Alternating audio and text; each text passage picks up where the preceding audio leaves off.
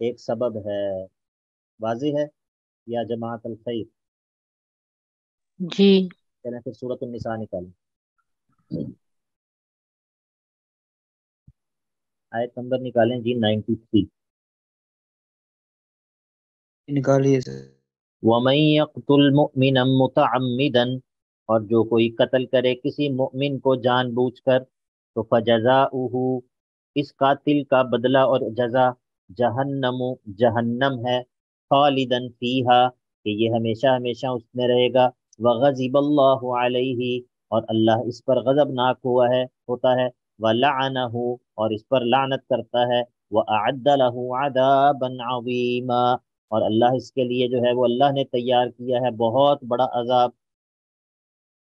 تو یہاں پر غضب اللہ علیہ، اللہ اس پر غضبناک ہوتا ہے، یہ اس کا سبب کیا ہے اس غضب کا؟ مومن کا قتل بے جا۔ ہاں، قتل ناحق، مومن کو قتل کرنا یہ بھی غضب کا ایک سبب ہے۔ اچھا یہاں پر اب ایک سوال ہے، اب دیکھتے ہیں کہ کون یہاں پر جو ہے نا وہ اباقرہ اور جینیس لوگ کون ہیں۔ ہم نے یہ بات کی کہ غضب کی نسبت جو ہے وہ براہ راست صراحتاً اللہ تعالیٰ کی طرف کرنی چاہیے یا نہیں کرنی چاہیے؟ نہیں کرنی چاہیے۔ نہیں کرنی چاہیے۔ تو یہ سورۃ النساء میں کیا ہے اس آیت کے اندر؟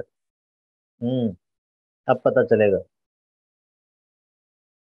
سوال سمجھ آ گیا یا نہیں؟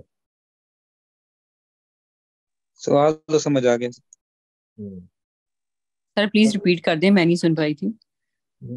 جی کون ریپیٹ کرے گا سوال؟ میں کر دوں سر؟ جی جی کریں۔ استاد جی نے پوچھا ہے کہ ہم نے پہلے یہ ڈسکس کیا کہ غضب جو ہے وہ اس کا ہم اللہ تعالیٰ سے نہیں ان کا ہم اللہ تعالیٰ سے غضب کو نہیں منسوب کرتے، تو یہاں پر پھر کیوں غضب اللہ آیا ہوا ہے؟ جی سوال سمجھ آ گیا سب کو؟ جی جی سر۔ اب دیکھیے اس کا جواب کیا ہے۔ جواب اس کا یہ ہے کہ سورۃ الفاتحہ میں تعلیم المسئلہ ہے، بندوں کو دعا کرنا سکھایا جا رہا ہے، بندوں کو دعا کرنا سکھایا جا رہا ہے۔ ادھر سورۃ الجن میں وہ جو قول نقل کیا ہے وہ جنات کا قول نقل کیا ہے، یہاں پر جو حکم بیان کر رہا ہے وہ اللہ رب العزت خود بیان کر رہا ہے۔ وَمَن يَقْتُلْ مُؤْمِنًا مُتَعَمِّدًا فَجَزَاؤُهُ جَهَنَّمُ خَالِدًا فِيهَا وَغَضِبَ اللَّهُ عَلَيْهِ۔ تو اللہ رب العزت اپنے ساتھ جو اپنے لیے جو مرضی اسلوب جو ہے وہ اختیار کر سکتا ہے، لیکن بندوں کے لیے آداب کی رعایت ضروری ہے۔ سمجھ آ گیا یا نہیں آ گیا؟ آ گئی ہے سر۔ ٹھیک ہے۔ آگے دل کو لگی ہے وجہ یا دل کو نہیں لگی؟ بالکل لگی ہے سر۔ چلیں الحمدللہ۔ میں کہنے والی تھی، آپ نے کہہ دیا، تھوڑا سا ٹائم تو دے دیتے۔ اب کچھ نہیں ہو سکتا۔ سورۃ الاعراف کی آیت نمبر 153 نکالیے۔ سوالات ہوتے رہیں گے، سوالات کون سا کوئی آخری دفعہ میں نے کیا، سوالات تو چلتے رہیں گے۔ 153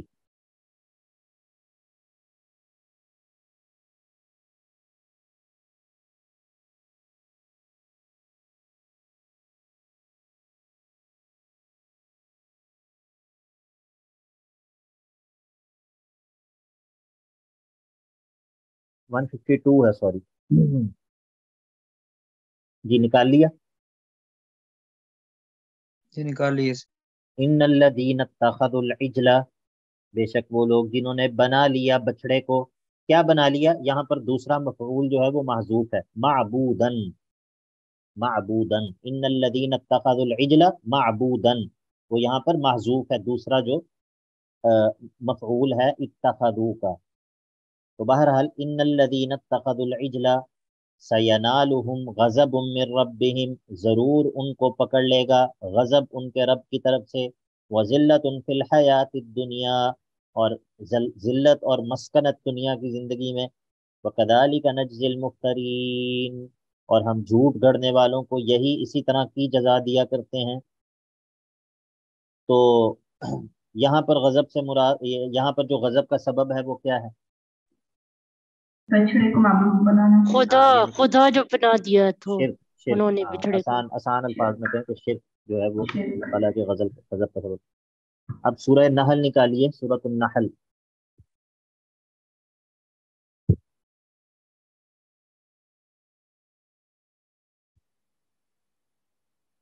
آیت نمبر ہے جی 106۔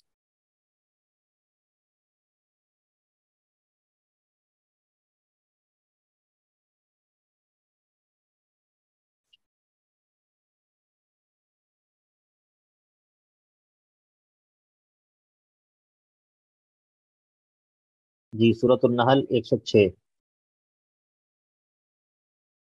ایمان کے بعد دوبارہ کفر کرنا، ایمان کے بعد دوبارہ کفر کرنا یہ بھی غضب کے اسباب میں سے ہے۔ من کفر باللہ من بعد ایمانہ، اور جو کوئی اللہ کا کفر کرے، اللہ کا انکار کر دے، من بعد ایمانہ، بعد اس کے کہ وہ ایمان لا چکا تھا، تو فعلیہ غضب من اللہ، یہاں پر جو اس کا جواب ہے، جواب شرط، من کفر باللہ، جو اللہ کا کفر کرے بعد ایمانی ہی، ایمان لانے کے بعد، فعلیہ غضب من اللہ، یہ یہاں پر محذوف ہے۔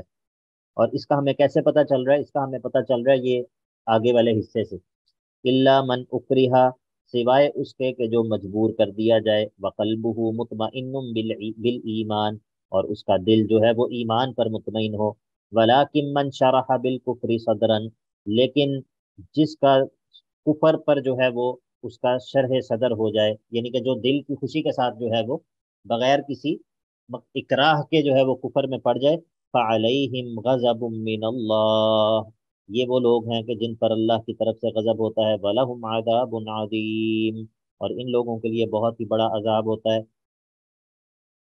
ٹھیک ہے، تو یہاں پر جو ہے وہ غضب کا کیا سبب پتہ چلا؟ مرتد ہو جانا۔ ہاں، جو ایمان لانے کے ایمان کے بعد بعد دوبارہ کفر کا جو ہے وہ اختیار کر لینا۔ سورہ طٰہٰ نکالیے،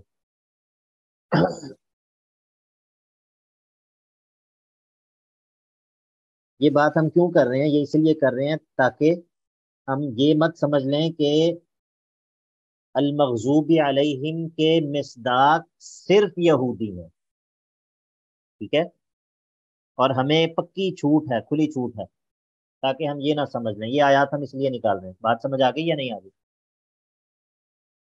آ گئی ہے سر۔ جی، تو جس میں جی بھی سر، غضب کے اسباب جس میں بھی پائے جائیں گے وہ اس کا غضب کا مستحق بن جائے گا، یہ بات بتانا مقصد ہے۔ سورہ طٰہٰ کی آیت نکالیے جی۔ سر مجھے اجازت چاہیے، نماز میری کھڑی ہونے جی والی جی ہے، جی جی، چلیں جزاکم اللہ چلیں خیر۔ چلیں، نماز پڑھیں، بارک اللہ فیکم۔ 81 اور 82،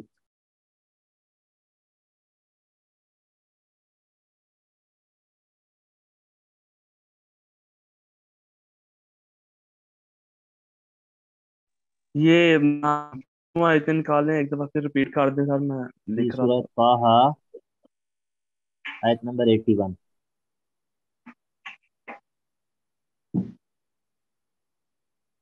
جی یہ ہم نکالیں آیتیں کیوں نکالتے ہیں؟ یہ ایک دفعہ پھر آپ ریپیٹ۔ جی، آیتیں اسی لیے نکال رہے ہیں۔ کون بتائے گا جی آیتیں ہم کیوں نکال رہے ہیں یہ والی؟ حذیفہ وحید بھائی، ایک سیکنڈ، حذیفہ وحید بھائی آپ بتائیں۔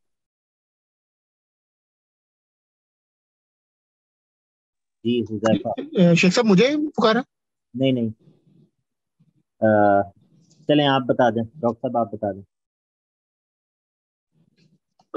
جی کیوں نکالتے ہیں؟ اس لیے نکالتے ہیں کہ تاکہ ہمیں جو کانٹیکسٹ ہم دیکھ رہے ہیں سورہ فاتحہ میں اس کا دیکھ سکیں کہ اس کی امپلیمنٹیشن کہاں کہاں پہ ہو رہی ہے، اور اس کے مترادف یا اس سے نہیں نہیں، کانٹیکسٹ سے ملتی میں یہ جلتی جو پوچھ رہا ہوں کہ چیزیں۔ ہم یہ زلال والی یہ جو آیات ہیں، سوری غضب والی، اسباب غضب جی والی جی آیات کیوں نکال رہے ہیں؟ اسپیسیفکلی یہ والی آیات ہم کیوں نکلوا رہے ہیں؟ جی جی، اس لیے وہ کر رہے ہیں مکتوب غضب والی، کہ چونکہ جو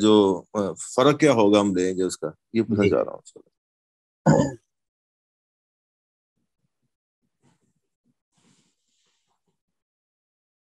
دیکھیں بات یہ ہے کہ اگر ایک بندہ یہودی ہے، ایک بندہ کیا ہے، جی جی یہودی ہے، تو وہ غضب کا مستحق ہے یا نہیں ہے؟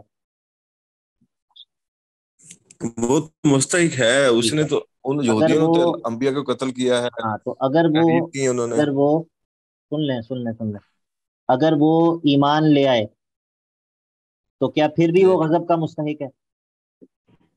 ایمان لانے کے بعد اگر اللہ اور اس کے رسول کے اوپر ایمان لے کے آ جاتا، جیسے عبداللہ بن سلام رضی اللہ تعالیٰ جو جی ایمان لے آئے، یہودیوں کے جی عالم تھے، وہ مسلمان ہو گئے، اور وہ جو ہے وہ الذین انعمت علیہم کے اندر شامل ہو گئے، ایسا ہی ہے نا؟ جی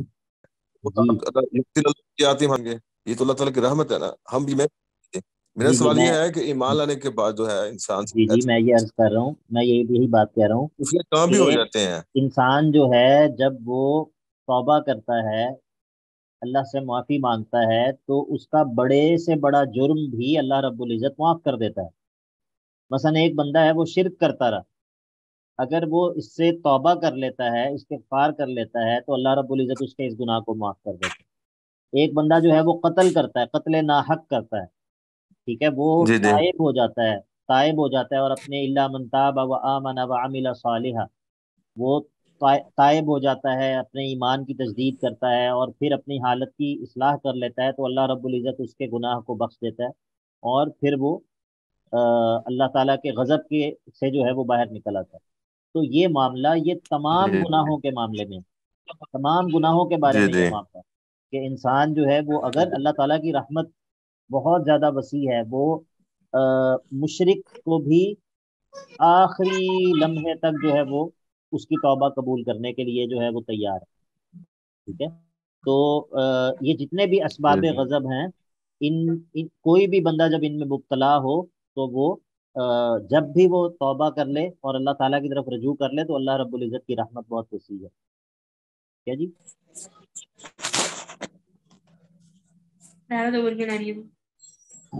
جی واضح ہے. جزاک اللہ، شکریہ، جزاک اللہ، جی جی بارک اللہ، جزاک اللہ. حیاک اللہ و بیا. اچھا جی، تو جناب بات یہ ہے، ہم نے کچھ جو ہے وہ آیات نکالی ہیں، اب ان کو چھوڑ دیتے ہیں انشاءاللہ. اور بھی آیات کافی ہیں جہاں پر اللہ مختلف جو ہے وہ غضب کے اسباب بیان ہوئے ہیں. اب ہم نکال لیتے ہیں کچھ ضلالت کے اسباب، ضلال کے اسباب. تو سورہ بنی اسرائیل نکالیے، آیت نمبر 48. یہ وہ لوگ جو کہ اللہ کے نبی علیہ الصلوۃ والسلام کا استہزاء کرتے تھے، ان کے بارے میں ہے. انظر کیف ضربوا لک الامثال، اے نبی صلی اللہ علیہ وسلم دیکھیے ذرا یہ آپ کے لیے کیسی بری مثالیں بیان کرتے ہیں. فضلوا، پس یہ گمراہ ہو گئے. فلا یستطیعون سبیلا، فلا یستطیعون سبیلا الی الہدایۃ، تو پس یہ گمراہ ہو گئے اور اب یہ ہدایت کا راستہ جو ہے اس کی استطاعت نہیں رکھتے. تو یہاں پر جو ہے وہ اللہ کے نبی علیہ الصلوۃ والسلام کا استہزاء کرنا یا حدیث کا مذاق اڑانا، یہ ضلالت کا ایک سبب ہے. اسی طرح جو ہے وہ ایمان کے بعد کفر، جس طرح سورۃ البقرہ میں ہے آیت نمبر 108 میں، اور اسی طرح جو ہے وہ کافی سارے اسباب ہیں. سورہ ابراہیم میں ہے آیت نمبر 3 میں کہ دنیا کی زندگی کو آخرت کی زندگی پر ترجیح دینا. اسی طرح سورہ شورا میں ہے آیت نمبر 18 میں قیامت کے بارے میں شک کرنا. سورہ ممتحنہ میں ہے شروع میں پہلی آیت میں کہ کافروں سے دلی دوستی رکھنا، موالات کفار، یہ ضلال کے اسباب میں سے ہے. اسی طرح ہمیشہ اکثریت کو حق کا معیار سمجھنا اور اکثریت کو ہمیشہ جو ہے وہ اس کی پیروی کرنا. سورۃ الانعام آیت نمبر 116 میں ہے. اور اسی طرح جو ہے وہ جناب غیر اللہ کو پکارنا یا خواہشات کی پیروی کرنا سورۃ الانعام آیت نمبر 56 میں ہے۔ تو بس خلاصہ یہ ہے کہ جس طرح غضب کے اسباب ہیں، اگر انسان ان اسباب میں پڑے گا تو بات یہ ہو گئی کہ جس طرح زلال کے غضب کے اسباب ہیں، اسی طرح زلال کے بھی اسباب ہیں، تو ان دونوں طرح کے اسباب سے بچنا ضروری ہے۔ باقی المغضوب علیہم کا سب سے پہلا مصداق وہ یہود ہیں، اور الضالین کا سب سے پہلا جو مصداق ہیں وہ کون ہیں؟ نصارہ ہیں۔ باقی سورہ فاتحہ کے امتیازات ہم نے شروع میں بات کی تھی کہ ہم ہر سورت کے بارے میں کتنی باتیں کریں گے؟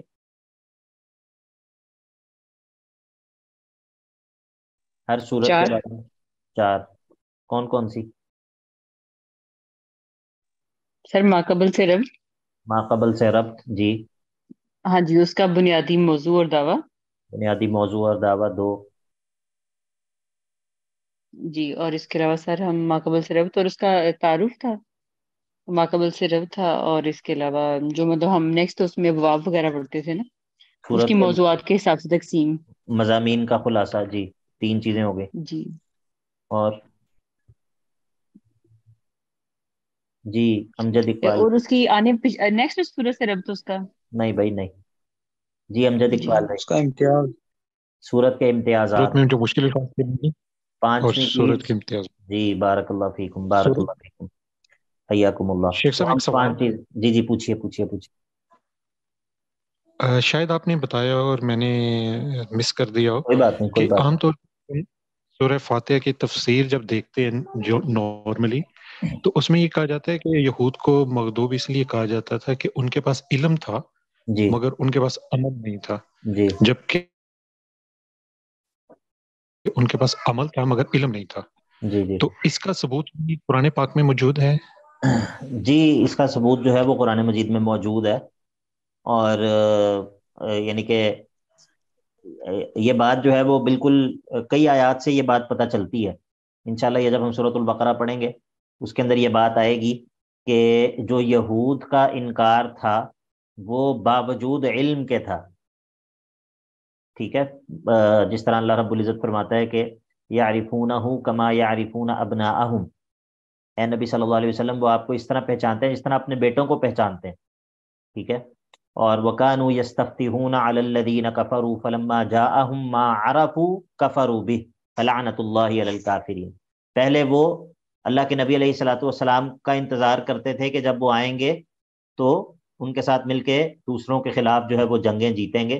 فَلَمَّا جَاءَهُم مَّا عَرَفُوا كَفَرُوا بِهِ، جب ان کے پاس وہ آ گیا کہ جس کو وہ پہچانتے تھے تو اس کا انکار کر دیا۔ تو یہ بات درست ہے کہ جو یہود کا جو ہے وہ کیا تھا، یعنی کہ ان کے عمل میں خرابی تھی، علم کے باوجود گمراہ تھے، اور ان کا جو کفر ہے وہ کفر عنادی ہے، کفر عنادی، عناد کی وجہ سے کفر، ضد کی وجہ سے کفر۔ اس کے مقابلے میں عیسائیوں کے اندر جو ہے وہ عقیدے کی خرابی ہے، علم کے اندر جو ہے وہ جہالت کی وجہ سے وہ گمراہ ہوئے، جہالت کی وجہ سے۔ اور ان کا جو کفر ہے وہ کفر جہالت کی وجہ سے کفر ہے، ٹھیک ہے؟ کفر کے مختلف اقسام ہوتی ہیں، بعض دفعہ انسان انادی کافر ہوتا ہے، بعض دفعہ وہ جہالت کی وجہ سے کافر ہوتا ہے، اور بھی کفر کی اقسام ہوتی ہیں، بعض دفعہ وہ شک کی وجہ سے کافر ہوتا ہے، بعض دفعہ نفاق کی وجہ سے کافر ہوتا ہے۔ تو کفر کی تقریباً 6 اقسام ہوتی ہیں۔ تو یہود میں اور عیسائیوں میں یہ فرق جو ہے وہ ہے۔ تو آخری سوال ہے، یہ لعنت میں اور غضب میں کوئی فرق ہے؟ لعنت تو میں کہتے ہیں اور اللہ کی غضب رحمت میں، سے دور۔ لعنت جو ہے نا وہ اللہ تعالیٰ کی رحمت سے دوری اس معنی میں ہوتی ہے، اور غضب جو ہے یہ سزا دینے کے معنی میں ہے، سزا دینے کے معنی میں۔ دونوں میں بہرحال کچھ فرق ہے، کیونکہ بعض جرائم پر اللہ رب العزت نے اپنی لعنت کا تذکرہ کیا ہے، اور بعض جرائم پر اللہ رب العزت نے اپنے غضب کا تذکرہ کیا ہے۔ تو لعنت ہوتا ہے طرد عن رحمت اللہ، اللہ تعالیٰ کی رحمت سے جو ہے وہ دھتکار دیا جانا، رحمت سے دور کر دیا جانا، اور غضب جو ہے وہ یعنی کہ وہ ہے اللہ تعالیٰ کا کسی کو جو ہے وہ اس کے اوپر اس کو سزا دینا، اس کی پکڑ کرنا، ٹھیک ہے. تو ان دونوں میں کچھ فرق جو ہے وہ ہے. ٹھیک ہے جی. میرے خیال سے لعنت جو ہے وہ ایکسٹریم لیول پہ آ جاتا ہے. ہاں لیکن مسئلہ یہ ہے کہ ہم اپنے خیال سے بات کر نہیں سکتے قرآن کے بارے میں، یہ تھوڑا سا پرابلم. ٹھیک ہے جی. سر تو کیا میں ٹھیک نہیں کہہ رہی کہ لعنت جو ہے یہ آخری لیول ہوتا ہے؟ آپ علم کی بنیاد پہ کہہ رہی ہیں یا اپنے خیال سے کہہ رہی ہیں؟ پہلے تو یہ بتائیں. اندازن کہہ رہی ہوں، آپ مجھے کریکٹ کرتے ہیں. نہیں اندازن، آپ یا تو آپ کوئی بات علم کی بنیاد پہ کہہ رہی ہو نا، تو اس کو کریکٹ بھی بندہ کرے. جب ایک بات آپ بغیر ویسی بنیاد کے بغیر ایک بات کہہ رہی ہیں جس کی سر دیکھیے، رحمت سے جب اللہ تعالیٰ خفا ہوتے ہیں تو رحمت سے، اور وہ بندہ اللہ تعالیٰ بہت سخت ناراض ہوتے ہیں تبھی تو وہ رحمت سے بھی بندہ اللہ تعالیٰ کی خارج ہو جاتا ہے. اور اس جب لیے غضب ہوتا ہے، ایکسٹریم لیول ہی ہوا. جب اللہ تعالیٰ بہت خوش ہوتے تو ہیں تب وہ غضب کرتے ہیں. نہیں مطلب لیول ہے، درجہ ب درجہ، میں یہ کہہ رہی ہوں سر. اچھا جی مدثر بھائی پوچھیے. سر جی جو حدیث میں ذکر ہے، نبی پاک نے لعنت فرمائی ہے ان عورتوں کی جو مردوں کی مشابہت اختیار کرتی ہیں، جو حدیث میں ہے، اس میں کیا ہے لعنت کا کہیں گے ہم؟ لعنت ہی ہوتی ہے اس میں. لعنت کا معنی رحمت ہے. لعنت مطلب لعنت ہی ہوتی ہے نا. وہ جس طرح بعض لوگ کہتے ہیں نا، وہ جو حلالے والی روایات ہے نا، جن میں اللہ کے نبی علیہ الصلوۃ والسلام نے کہا کہ اللہ رب العزت جو ہے وہ لعنت کرتا ہے حلالے کرنے والے پر، کروانے والے پر. تو بعض لوگوں نے کہا کہ یہاں پر حلالے سے مراد، یہاں پر لعنت سے مراد رحمت ہے. لعنت سے مراد رحمت ہے. تو آپ کے سوال سے مجھے یہ یاد آ گیا. تو لعنت یہی ہے، اللہ تعالیٰ کی رحمت سے دوری ہے. اللہ تعالیٰ اپنی رحمت سے جو ہے وہ دھتکار دیتا ہے. ٹھیک ہے، مطلب یہ اس بات کی نشانی ہوتی ہے کہ یہ کبیرہ گناہ ہے جس کے نتیجے میں اللہ رب العزت یا اللہ کے نبی علیہ الصلوۃ والسلام ایسی وعید ذکر کرتے ہیں. یہ اس بات کی نشانی ہوتی ہے کہ یہ کبیرہ گناہ ہے. ٹھیک ہے، بات سمجھ آ گئی؟ جی جزاک اللہ. جی کوئی اور بھائی بھی سوال کرنا چاہ رہے ہیں؟ جی امجد بھائی. جی شیخ صاحب کلیئر ہو گیا میرا سوال. جی بارک اللہ. اچھا جی، ہم کیا بات کر رہے تھے؟ ہاں ہم یہ بات کر رہے تھے کہ سورۃ الفاتحہ کے امتیازات. تو سورۃ الفاتحہ کے بہت سارے امتیازات ہیں، ان میں سے دو بڑے امتیازات اس کے یہ ہیں کہ یہ 5 اسماء الحسنہ پر مبنی ہے، اور اسی طرح ایک اور امتیاز یہ ہے کہ یہ پورے قرآن مجید کا خلاصہ ہے، پورے قرآن مجید کا خلاصہ ہے، اور یہ کوئی مبالغہ نہیں ہے، اس میں کوئی مبالغہ نہیں ہے. اور انشاءاللہ امید ہے کہ آپ کو اندازہ ہو گیا ہوگا کہ سورۃ الفاتحہ کے مضامین کس طرح کتنی جامعیت کے ساتھ پورے قرآن مجید کے جو مضامین ہیں ان کو اپنے اندر سموئے ہوئے ہیں. اور قرآن مجید کے اندر بیان ہونے والا کوئی ایسا موضوع نہیں ہے کہ جس کی اصل اور جڑ اور بنیاد جو ہے وہ سورۃ الفاتحہ کے اندر موجود نہ ہو. تو ہم نے جو ہے وہ یہ 5 باتیں کی ہیں. ہم نے سورۃ الفاتحہ کے موضوع اور دعوے کی بات کی. سورۃ الفاتحہ کا پچھلی سورت کے ساتھ ربط وہ نہیں بنتا کیونکہ سورۃ الفاتحہ سب سے آغاز میں ہے. پھر ہم نے بات کی اس کے مضامین کی تقسیم کی، پھر ہم نے اس کے ترجمہ پڑھا، اس کے اندر جو الفاظ ہیں ان کے معنی کو ہم نے ڈسکس کیا، اور آخر میں ہم نے سورت کے امتیازات کا جائزہ لیا. باقی سورۃ الفاتحہ کا ترجمہ ایک دفعہ میں دوبارہ کر دیتا ہوں انشاءاللہ، پھر جو ہے وہ آپ کے سوال جواب کے لیے انشاءاللہ وقت ہوگا. تو بسم اللہ الرحمن الرحیم. الحمد للہ رب العالمین. الوہیت کی تمام صفات اللہ ہی کے لیے خاص ہیں. الوہیت کی صفات سے مراد کیا ہے؟ وہ صفات جو کسی معبود میں ہونی چاہیے، وہ صفات، وہ ان کو حمد کہتے ہیں، یعنی کہ اللہ رب العزت نے جو اپنے بارے میں صفات بتائی ہیں وہ ساری وہ اکیلے اللہ کے لیے خاص ہیں. وہ اللہ جو کہ پرورش کرنے والا ہے تمام عالمین کی، اور جو عام مہربانی کرنے والا ہے اور خاص مہربانی کرنے والا ہے، اور بدلے کے دن کا تنہا مالک ہے۔ تو اے اللہ ہم خاص تیری ہی عبادت کرتے ہیں اور تجھ ہی سے ہم مدد طلب کرتے ہیں۔ تو ہم کو سیدھے رستے توحید پر ثابت قدم رکھ، تو ہمیں توحید پر ثابت قدم رکھ، ٹھیک ہے، الصراط المستقیم پر ثابت قدم رکھ۔ راہ ان لوگوں کی، الصراط المستقیم یہ جو ہے جس پر تو ہمیں ثابت قدم رکھ، یہ راہ ہے ان لوگوں کی کہ جن پر تو نے انعام کیا ہے، علاوہ ان لوگوں کے راستے کے کہ جن پر غضب کیا گیا، اور نہ ہی ان لوگوں کے راستے پر کہ جو بھٹکے ہوئے ہیں، جو کہ ضالین ہیں، بھٹکے ہوئے ہیں۔ تو یہ اس کا جو ہے وہ ایک لفظی ترجمہ سا ہے، باقی مفاہیم اور جو معنی ہے اس کا وہ آپ کو انشاءاللہ سمجھ آ گیا ہے۔ تو الحمدللہ اس کے ساتھ ہماری سورۃ الفاتحہ مکمل ہوئی ہے، اور انشاءاللہ منڈے سے ہم سورۃ البقرہ کا آغاز کریں گے۔